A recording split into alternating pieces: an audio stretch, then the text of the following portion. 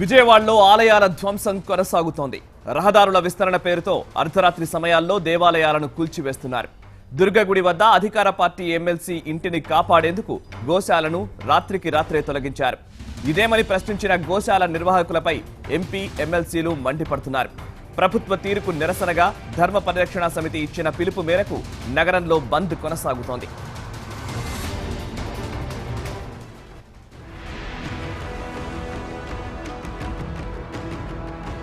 పుష్కరాల కోసం రహదారుల విస్తరణ చేస్తున్నామంటూ గత కొన్ని రోజులుగా విజయవాడలో మున్సిపల్ అధికారులు దేవాలయాలు, ప్రార్థనా మందిరాలను తొలగిస్తున్నారు. ఈ క్రమంలోనే చారిత్రాత్మక ఆలయాలను కూడా ముందస్తు సమాచారం లేకుండా అధికారులు తొలగించడం వివాదాస్పదంగా మారింది. ఇప్పటివరకు నగరంలో సుమారు 40 వరకు దేవాలయాలను అధికారులు కూల్చివేశారు. ఇవన్నీ కూడా అర్ధరాత్రి సమయాల్లో విద్యుత్ సరఫరాను నిలిపివేసి భారీ యంత్రాలతో ఆలయాలను ధ్వంసం చేయడం ద్వారా వాటిని తొలగించారు. తాజాగా కనకదుర్గమ్మ దేవస్థానంకు సమీపంలో ఉన్న విజయేశ్వర ఆలయాన్ని, అలాగే రథం సెంటర్కు సమీపంలోని వినాయక ఆలయాలను తొలగించేందుకు రంగం సిద్ధమైంది. దీనిపై ఒక్కసారిగా నగరవాసుల్లో ఆగ్రహం వ్యక్తమైంది. కెనాల్ రోడ్లో 1940వ సంవత్సరంలో వినాయక దేవాలయాన్ని నిర్మించారు. దసరా ఉత్సవాల్లోనూ ఇక్కడి నుంచే భక్తులు క్యూ లైన్లు మొదలవుతాయి. స్వామివారిని దర్శించుకున్న తర్వాతే భక్తులు కనకదుర్గమ్మ దర్శనానికి వెళ్లడం పరిపాటిగా మారింది. అటువంటి ఆలయాన్ని తొలగించేందుకు ప్రయత్నాలు జరుగుతున్నాయనే ప్రచారంతో నగరవాసుల్లో కలవరం మొదలైంది. దీంతో పాటు దుర్గగుడికి పక్కనే ఉన్న విజయేశ్వర స్వామి ఆలయాన్ని కూడా తొలగించబోతున్నారనే వార్తలతో నగరంలోని అన్ని రాజకీయ పక్షాలు, హిందూ ధార్మిక సంస్థలు ఆందోళనకు సిద్ధమయ్యాయి.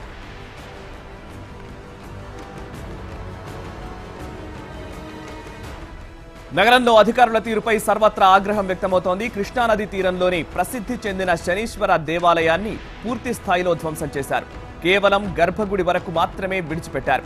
దీంతో ఆలయానికి వెళ్లే మార్గం లేకుండా పోయింది. అలాగే సీతమ్మ వారి పాదాల ఎదురుగా ఉన్న ప్రసిద్ధి చెందిన ఆంజనేయ స్వామి ఆలయాన్ని కూడా పూర్తిగా పగలగొట్టారు. ఆలయంలో ఉన్న విగ్రహాన్ని కూడా వెంటనే తరలించాలంటూ అర్చకులపై ఒత్తిడి తేవడం మొదలుపెట్టారు.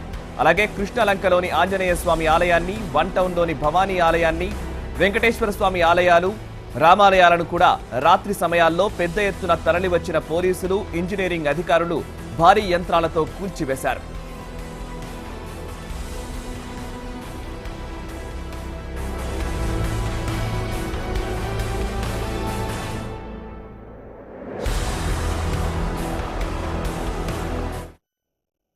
నిర్మాణానికి ఈ ఆలయాల్ని కూల్చివేయడం చేత ఒక అరిష్టం కలిగే అవకాశం కూడా ఉందని అభిప్రాయం కలుగుతుంది. ఇప్పుడు ఈ సమయంలో ఇంకా ఆలయాలు కట్టి దీన్ని డెవలప్మెంట్ చేయాల్సినటువంటి స్థితి నెలకొని ఉంది. కానీ ఈ ఆలయాల్ని కూల్చివేయడానికి పూనుకోవడం చాలా దారుణమైనటువంటి విషయంగా భక్తులు తీవ్రంగా బాధపడుతున్నారు, ఎంతో వేదనకు గురవుతున్నారు. భక్తులకి అసౌకర్యాన్ని కలిగించవద్దు. ఇదంతా చేస్తుంది భక్తుల కోసమే కాబట్టి భక్తులని ఇబ్బంది పెట్టద్దు, భక్తుల మనోభావాలు దెబ్బతీయద్దు. అందరికీ కూడా ఆమోదయోగ్యంగా ఉండేటువంటి చక్కటి స్థితిని కల్పించవలసిందిగా మేము కోరుకుంటున్నాం.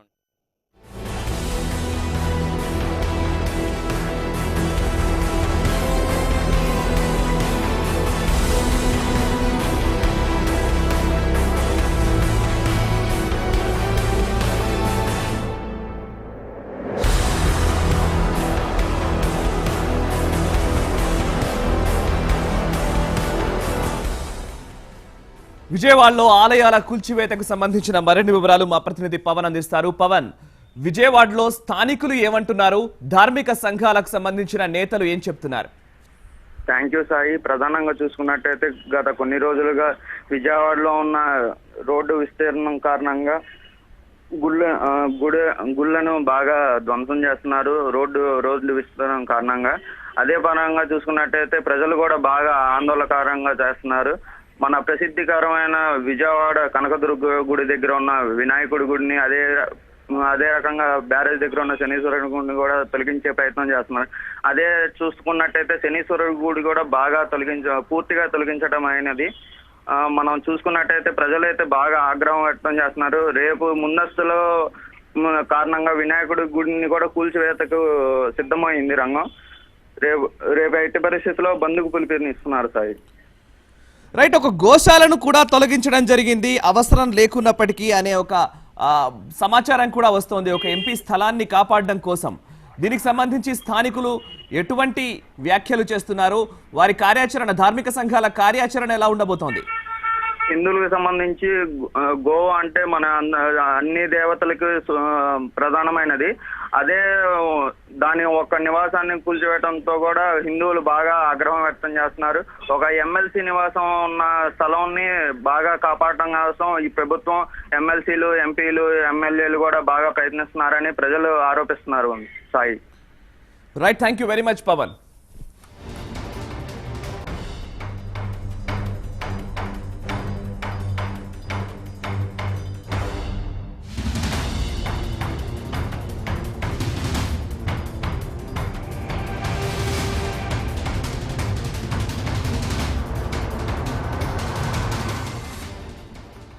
కనకదుర్గ దేవస్థానంకు సమీపంలోని అర్జున వీధిని అభివృద్ధి చేస్తున్నామంటూ గోశాలను తొలగించారు. గోశాలకు ఎదురుగా టీడీపీ ఎమ్మెల్సీ బుద్ధా వెంకన్నకు చెందిన 2 ఇళ్లున్నాయి. వీటిలో ఒకదానిని తన క్యాంపు కార్యాలయంగా వినియోగించుకుంటున్నారు.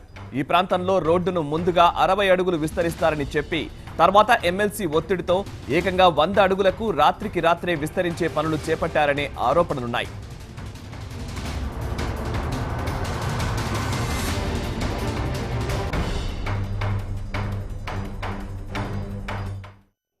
పదిన్నర ప్రాంతం వచ్చారు.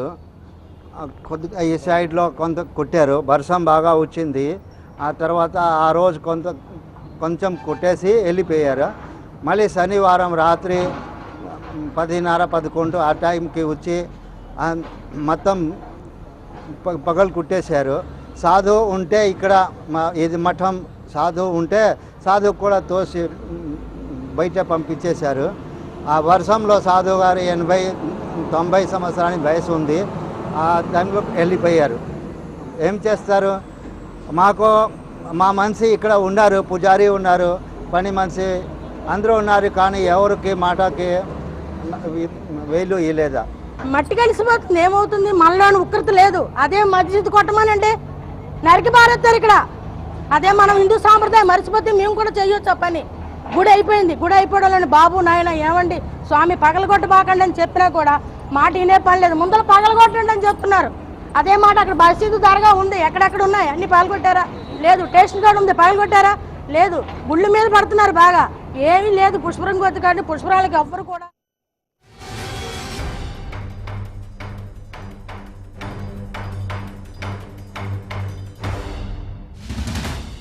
ఇదే అంశంపై మనతో మాట్లాడడానికి గోరక్షా సమితి నేత యాదగిరిరావు గారు ఫోన్ లైన్ లో సిద్ధంగా ఉన్నారు. యాదగిరిరావు గారు నమస్కారం. యాదగిరిరావు గారు, ఇప్పటికే ఆలయాల ధ్వంసం జరిగిపోతోంది. ఆలయాలు నిర్మించాల్సింది పోయి ఆలయాలు మన సంస్కృతికి నిలయాలుగా భావించాల్సిన అవసరం ఉన్న నేపథ్యంలో ఆలయాల్ని తొలగించే ప్రక్రియ జరుగుతోంది. గోవుల్ని రక్షించాల్సింది పోయి గోశాలల్ని నిర్మూలించే పరిస్థితి వచ్చింది. దీనిపై మీరు ఎలా స్పందిస్తారు? చాలా దారుణం అండి. గోరక్షణ కోసం తన ప్రాణాన్ని పణంగా పెట్టినటువంటి దిలీప చక్రవర్తి పరిపాలించిన మన దేశంలో గోరక్షణ కోసం తన సర్వస్వాన్ని త్యాగం చేయడానికి అతి చిన్న వయసులో శివాజీ మహారాజు పుట్టినటువంటి మన దేశంలో మనం ఎన్నుకున్నటువంటి ప్రభుత్వం అక్రమంగా, అన్యాయంగా గోశాలను కూల్చివేసి తన స్వార్థ ప్రయోజనాల కోసం గోశాలను కూల్చివేసి తరలించడం అనేటువంటిది చాలా అమానుషం అండి. కేవలం వాళ్ళు ప్రభుత్వం ఇప్పుడు గుర్తుపెట్టుకోవాలి ఒకటే విషయము, ఆంధ్రప్రదేశ్ లో క్రైస్తవుల ప్రభుత్వం ఏర్పడకుండా హిందువులందరూ తగు జాగ్రత్తగా చాలా ముందుగా ఆలోచన చేసి అక్కడ హిందూ ప్రభుత్వం, క్రైస్తవ ప్రభుత్వం రాకుండా హిందువులకు రక్షణగా ఉంటుందని చెప్పి అక్కడ ప్రభుత్వాన్ని ఎన్నుకున్నారు ఓట్లేసి. చాలా రాక్షసం అండి. 50 పైగా దేవాలయాలను ధ్వంసం చేయడం, రాత్రికి రాత్రి గోశాలను తరలించడం చాలా పాపం అండి. ఇది చాలా పాపం. హిందువులందరూ పునరాలోచించుకునేటువంటి స్థితి ఏర్పడింది. తక్షణం ముఖ్యమంత్రి స్పందించి దీన్ని ఇప్పటికైనా అడ్డుకొని ఎక్కడెక్కడైతే దేవాలయాలను కూల్చివేశారో, గోశాలను కూల్చివేశారో అదే ప్రదేశంలో తిరిగి అదే పద్ధతిలో వాటిని తిరిగి నిర్మాణం చేసి పునఃప్రతిష్ఠించాలని చెప్పి హిందూ సమాజం డిమాండ్ చేస్తుందండి. లేకపోతే ఆ పాపం తప్పనిసరిగా ప్రభుత్వానికి చుట్టుకుంటుందనేటువంటిది హిందువులందరూ విశ్వాసం. రైట్. యాదగిరిరావు గారు, విజయవాడలో పుష్కరాలకు సంబంధించి ఏర్పాట్లలో భాగంగానే, రహదారుల విస్తరణలో భాగంగానే ఈ ఆలయాల్ని కానీ గోశాలను కానీ నిర్మూలిస్తున్నాము, తొలగించాల్సిన పరిస్థితి వస్తుందని అధికారులు చెప్తున్నారు. అభివృద్ధికి ప్రత్యామ్నాయాలు లేవా? అభివృద్ధికి ఎవరు ఆటంకం కాదండి. అభివృద్ధిని అందరూ ఆకాంక్షించవలసిందే. ఎక్కడైనా తప్పనిసరి పరిస్థితుల్లో ఏదైనా ఇప్పుడు మనం వార్తల్లో చూస్తున్నాం, ఆ పక్కనే ఒక ఎమ్మెల్సీ గారి ఇల్లు ఉందట. నేను ఈరోజు పత్రికలో చదివాను. నేను ఎమ్మెల్సీ గారి ఇంటిని ముట్టుకోకుండా గోశాలను తీసేశారండి. అది ఒక స్వార్థం ఇక్కడ కనపడుతుంది. రెండో విషయం ఏంటండి అంటే ఎక్కడైనా ఒకటి ఎరా అలాంటిది ఏదైనా ఉంటే తప్పనిసరిగా మత పెద్దలను, ధార్మికవేత్తలను, ధర్మాచారులందరినీ కూర్చోబెట్టి దాన్ని ఒక ఆగమ శాస్త్రం ప్రకారంగా దానిని వేరే స్థలానికి తరలించి పూర్తిగా గవర్నమెంట్ యొక్క ఖర్చులతోటి పునర్నిర్మాణం చేసి పునఃప్రతిష్ఠ చేసేటువంటి అవకాశం అక్కడక్కడ ఒకటి రెండు ఉన్నాయి. అన్నిటి కాదండి అది కూడా. ఇంకొకటి ఏంటండి అంటే మొట్టమొదటి దేవాలయాలు వచ్చాయి, తర్వాత రహదారులు వచ్చాయి. గుర్తుపెట్టుకోవాలి, పురాతన దేవాలయాల పక్కన రహదారులు వచ్చాయి. కాబట్టి రహదారులు కావాలంటే వేరే దగ్గర ఇప్పుడు మన హైదరాబాద్ ఔటర్ రింగ్ రోడ్డును కానీ మనం గమనించినట్టయితే అష్టవంకర్లు తిరిగిందండి కొంతమంది స్వార్థపరుల కారణంగా. గవర్నమెంట్ తలుచుకుంటే ఏ పద్ధతిలో అయినా చేయవచ్చు. ఆలయాలను కూల్చకుండా వాళ్ళు ప్రత్యామ్నాయ మార్గాలలో వాళ్ళు రోడ్లను నిర్మించుకోవచ్చు. ఒకవేళ ఎక్కడైనా ఒకటి రెండు అట్లా తీసివేయదలుచుకుంటే ఎవరికి చెప్పకుండా అర్ధరాత్రి దొంగతనంగా ప్రొక్లైనర్లను పెట్టి చాలా అమానుషమైనటువంటి ఇదండి. టీవీలో చూస్తూ ఉంటే కడుపు తరుకుపోతుంది. దారుణమైనటువంటి పరిస్థితి ఇది. దీన్ని మేమందరం ఖండిస్తున్నాం. నిజంగా మీరు అడిగినట్టుగా ఏదైనా అభివృద్ధికి ఖచ్చితంగా ఎక్కడైనా తొలగించాల్సినటువంటి పరిస్థితి కానీ వస్తే అందరినీ కూర్చోబెట్టి అందరినీ ఒప్పించి ప్రభుత్వం యొక్క ఖర్చుతోటి, ప్రభుత్వం యొక్క వేరే దగ్గర దానికి అనువైనటువంటి స్థలంలో ప్రభుత్వ ఖర్చుతోటి పునర్నిర్మాణం చేసి ప్రతిష్ఠ చేయించి అప్పచెప్పాల్సినటువంటి బాధ్యత రాష్ట్ర ప్రభుత్వం మీద ఉందండి. అది ఓకే. యాదగిరిరావు గారు, మీరు గోరక్ష సమితి ద్వారా తల్లి లాంటి గోవును కాపాడడానికి అనేక ప్రయత్నాలు చేస్తున్నారు. ప్రస్తుతం గోశాలలకు ఇంతకు ముందు నుంచి కూడా ప్రభుత్వాలు పెద్దగా సహకరిస్తున్న దాఖలాలు మనకు కనిపించలేదు. ఇప్పుడు ఉన్న గోశాలను కూడా నిర్మూలించడాన్ని మీరు ఎలా చూస్తారు? దీనిపై ఎలాంటి పోరాట క్రమం మీరు ఎంచుకోబోతున్నారు? తప్పనిసరిగా ఈ రోజు భారతదేశంలో, మొత్తం దేశంలో, ముఖ్యంగా మన ఆంధ్రప్రదేశ్ నుంచి హైదరాబాద్ కు ప్రతి నిత్యం వేలాది గోవులు తరలి వస్తున్నాయి. విజయనగరం, చీపురుపల్లి నుంచి. చాలా దారుణమైన పరిస్థితి అండి. కాపాడాల్సినటువంటి ప్రభుత్వము కొంతమంది స్వచ్ఛందంగా అలాంటి వాళ్ళు ముందుకొచ్చి గోశాలలు పెట్టి ఆవులను కాపాడుతూ ఉంటే వాటిని కూడా తరలించేసి వాటిని కూడా నేను ఒక వీడియోలో చూశాను. గోవులు ముఖ్యమా, మనుషులు ముఖ్యమా, పశువులు ముఖ్యమా, మనుషులు ముఖ్యమా అని ఒక ఎంపీ గారు అడుగుతూ ఉంటే అది మరి ఆయన ఏం మాట్లాడుతున్నారో ఆయనకి అర్థం కాని పరిస్థితి. తప్పనిసరిగా గోశాలను పునర్నిర్మాణం చేయకపోతే, గోశాలను అదే ప్రదేశంలో ఉంచకపోతే, గతంలో కూడా అక్కడ గొడవైందండి. సమాజం స్పందించింది. కొద్ది రోజులు ఏదో ఆపినట్టున్నారు. దాని మీద చాలా కాలం నుంచి అక్కడ నాయకులకు కన్నున్నట్టుగా దాని మీద కన్నేసినట్టుగా ఆక్రమించుకోవాల్సినటువంటి ఇది చేసినట్టుగా ఈ సంఘటనను బట్టి అర్థమవుతుంది. మేము ఉద్యమిస్తామండి తప్పనిసరిగా మా గోరక్ష విభాగం నుంచి. దాన్ని కానీ పునర్నిర్మాణం చేయకపోతే తక్షణమే హిందూ సమాజాన్ని వెనకేసుకొని మేము దాన్ని హిందూ సమాజం ఉద్యమిస్తుంది తప్పనిసరిగా. ధన్యవాదాలు యాదగిరిరావు గారు, మీ స్పందన తెలియజేసినందుకు. తల్లి లాంటి గోవును రక్షించాల్సింది పోయి అదే గోశాలల్ని నిర్మూలించే ప్రక్రియకు ప్రభుత్వం పూనుకోవడం నిజంగా సమంజసం కాదని గోరక్ష సమితి నుంచి యాదగిరిరావు గారు చెప్తున్న పరిస్థితి. దీనిపై ఖచ్చితంగా పోరాటం చేస్తామని చెప్తున్నారు. ఇప్పటికే విజయవాడలో ధర్మ పరిరక్షణ సమితి ఇచ్చిన పిలుపు మేరకు బంద్ కొనసాగుతోంది. అయితే హిందూ సమాజం నుంచి దీనికి సంబంధించి ఖచ్చితమైన స్పందన రావాల్సిన అవసరం ఉందని ధర్మ పరిరక్షణ సమితికి సంబంధించిన నేతలు కూడా చెప్తున్న పరిస్థితి.